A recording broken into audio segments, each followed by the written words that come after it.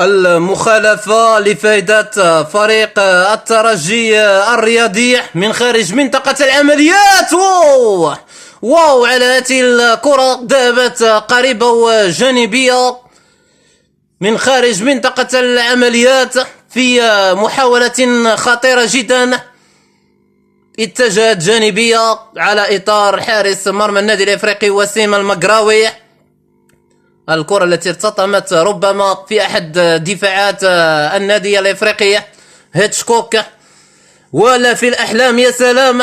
عند الدقيقة 62 والركنية لفائدة الترجي الرياضي، الساكا ديسكينا للإسبيرونس دو تونس الذي سوف يمثل تونس في كأس العالم للأندية أمريكا 2025 إلى جانب الوداد البيضاوي، وكذلك النادي الأهلي المصري القاهري، وبالإضافة أيضا للعين الإماراتية والهلال السعودي.